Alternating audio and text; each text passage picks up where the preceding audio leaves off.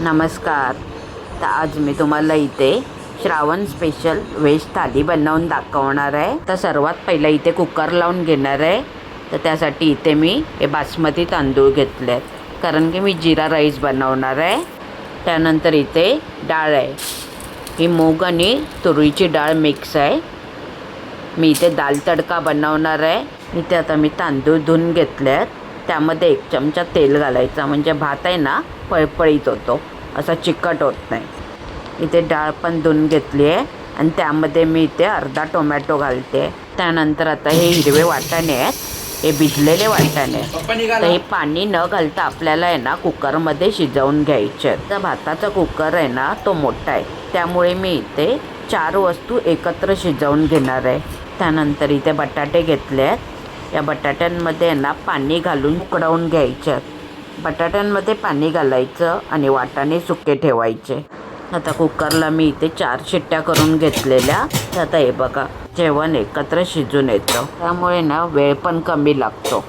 इथे आता बटाटे उकडवून झाले आहेत. बटाट्याच्या खाली वाटाणे लावलेले असे सुके लावून घ्यायचे. त्यानंतर या 2 डब्यांमध्ये भात आणि डाळ आहे. आता इथे उकडलेली डाळ आहे. आता पहिली मी डाळ फोडणीला घालून घेणार आहे. फोडणीसाठी मी इथे तेल घालते. लाल मिरची, बारीक चिरलेलं लसूण घालायचं आहे आणि किसलेलं आलं घेतलं आहे मी. तेलामध्ये आता हे सर्व परतून घ्यायचं आहे. लसूण चांगला भाजायचा, कच्चा नाही राहिला पाहिजे. हिंग घालायचा थोडा.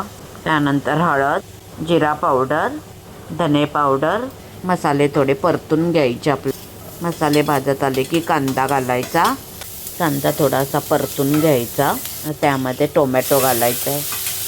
मी अर्धा टोमॅटो डाळीमध्ये घातलेला डाळ उकडताना, आणि आता इथे अर्धा टोमॅटो मी फोडणीमध्ये घालते. आता मसाले जळू नये म्हणून थोडं पाणी घालायचं आणि कांदा टोमॅटो थोडा नरम करून घ्यायचा.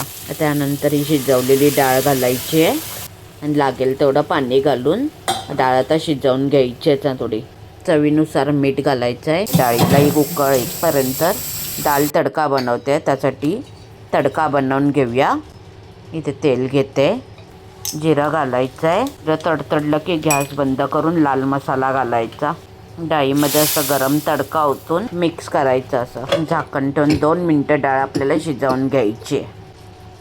त्यानंतर कोथिंबीर घालते.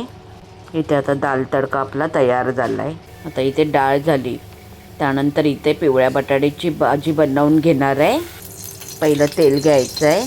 फोडणीला कढीपत्ता घालायचा, राई घालते, बारीक चिरलेली हिरवी मिरची थोडी भाजली की बारीक चिरलेला उभा कांदा घालायचा. कांदा थोडा नरम झाला, त्यामध्ये आलं लसूण पेस्ट घालायची. पेस्ट थोडी परतून घ्यायची, म्हणजे कच्चा वास येत नाही. त्यानंतर इथे थोडी हळद, उकडलेला बटाटा घालून घ्यायचा आहे. मी चिरत नाही, बटाटे हातानेच असे दाबून बारीक करून घेते. चवीनुसार मीठ घालायचं आहे. भाजी मिक्स करून घ्यायची. ठेवून 5 मिनटं वाफ देऊन घ्यायची आहे. त्यानंतर कोथिंबीर घालते. भाजी आपली तयार झाली आहे. त्यानंतर इथे वाटाण्याची भाजी बनवूया. त्यासाठी आता इथे फोडणीला लागणारं तेल, कढीपत्ता घालून घ्यायचा आणि कांदा बारीक चिरलेला टोमॅटो. कांदा टोमॅटो परतून झाला की त्यामध्ये हळद घालायची आहे, लाल मसाला. त्यानंतर इथे थोडं पाणी घालायचं, म्हणजे आपले मसाले ना जळत नाहीत. ते कांदा, खोबरं, आलं लसूण याचं वाटण घालून घ्यायचं आहे. वाटण मी पहिलं करून दाखवलेलं आहे. वाटण चांगलं परतून घ्यायचं तेलामध्ये. आता हे शिजलेले वाटाणे हे बघा, दाबले तर पटकन दाबतायत, म्हणजे चांगले शिजले आहेत. पाणी घालायचं नाही. पाणी घातलं ना की त्याची सालं निघतात. वाटाणे परतून घ्यायचे, पाणी घालायचं. चवीनुसार मीठ घालते. त्यानंतर झाकण ठेवून 5 ते 7 मिनटं आपल्याला एक वाफ देऊन घ्यायची आहे. नंतर इथे कोथिंबीर घालायची. ही भाजी आता ही तयार झाली आहे. एवढी अशी ओलसर ठेवायची. बटाट्याची भाजी सुकी आहे ना, तर ही वाटाण्याची भाजी ओलसर ठेवायची. त्यानंतर मी इथे आता पुऱ्या बनवते. पुऱ्यांचा व्हिडिओ मी पूर्ण नाही बनवला आहे. त्यासाठी इथे फक्त गव्हाचं पीठ आणि त्यामध्ये थोडं मीठ घालून घट्ट मळून त्याच्या पुऱ्या बनवल्या आहेत. आता इथे एकदम गरम तेल करून घेतलं आहे. आणि त्यामध्ये एक एक पुरी सोडून घ्यायची आहे.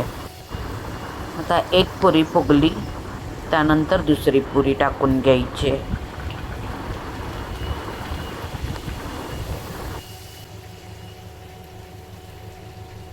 पुऱ्या सारख्या परतायच्या नाही. एक साईड भाजली की दुसरी साईड परतून घ्यायची आहे, नाहीतर तेलकट होतात त्या पुऱ्या.